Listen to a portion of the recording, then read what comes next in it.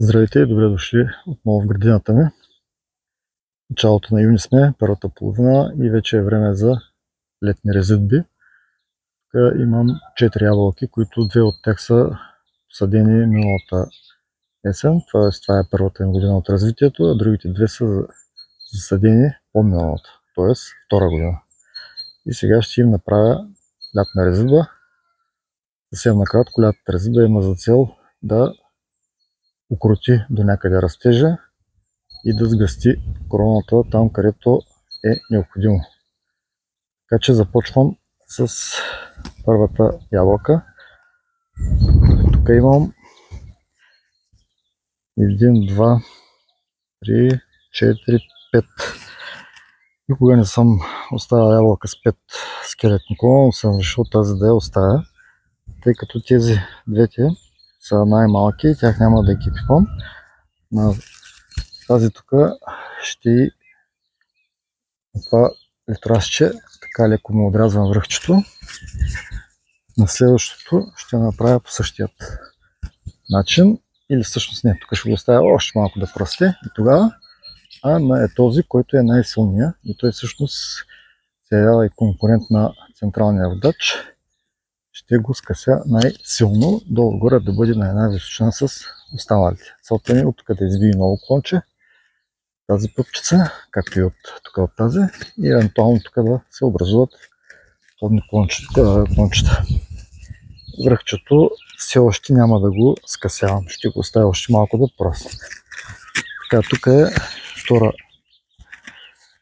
година след засаждане. Оформил съм миналата година 1, 2, там 3 и от среща 4 скелетни клона. Тук ти първа ще оформям вторият етаж. И така, по същия начин връхчето отрязвам. Също така, тук така това. Тук имам един, който е много расте вертикално нагоре и конкурира основния клон, така че ще го отрежа на чепче, тъй като ми държи тук сезала. Може да го премахнете на цяло. Тук също има и такъв един, който расте навътре, премахвам го на цяло.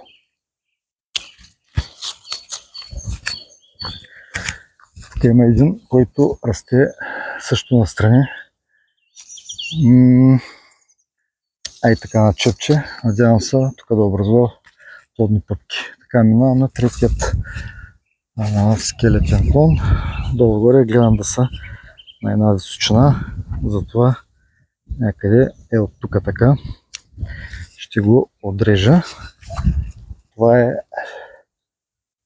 клонче, което го конкурира. По същия начин ще го отрежа на чепче, тъй като ми държи сезалчето. Иначе може да го премахнете на цяло. Това е слабо, расте хоризонтално, не се премахва. Отивам на четвъртият скелетен клон. Много интересно са усукали тук тези двата. Единият трябва да се премахне. Ето така. Този и този са хоризонтални, затова няма да ги пипам. Те не конкурират по никакъв начин основният клон. Така, вторият етаж ще избера това, тъй като се намира точно между двата. Това ще го отрежа.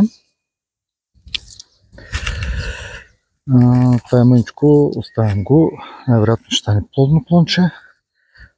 Този е също между тези двата, ние го оставям. Това клонче е между тези двата и го оставям. Това ще го отрежа.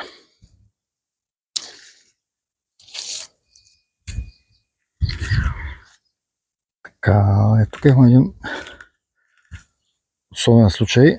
Сега това се ще да го оставя също за втория етаж, обаче е много силно расте нагоре. Това тук пък расте точно над първия етаж, затова какво ще направя? Ще отрежа и това. Това ще го съкратя. Да кажем и тук някъде. И на по-късен етап малко ще го преведа, така, да му намаля растежа. И по този начин ще имам оформен втори етаж.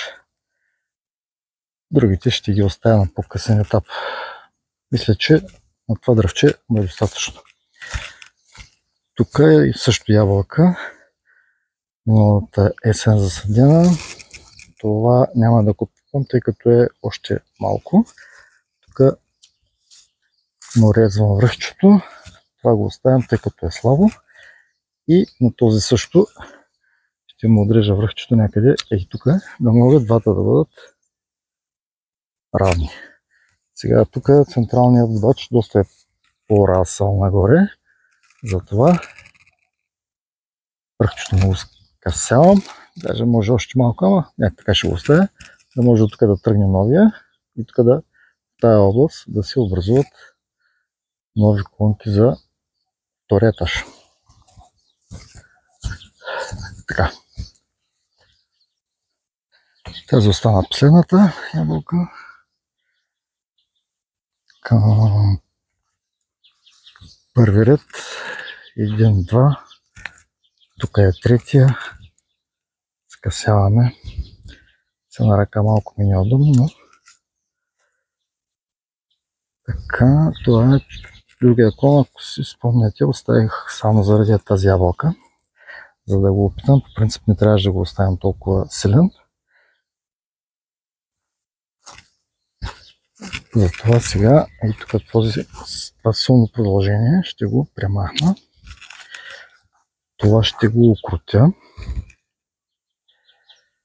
Така, и това също ще го премахна, като внимавам, нали, да не падне драгоценната ябълка, с която да опитам сорта.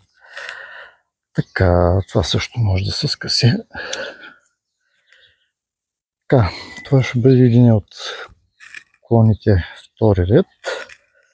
Това ще бъде другото, а този е много силен, така че конкурира централния водач и се премахва нацяло.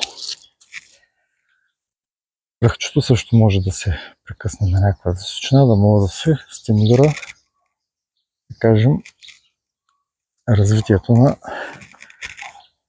други странични клони.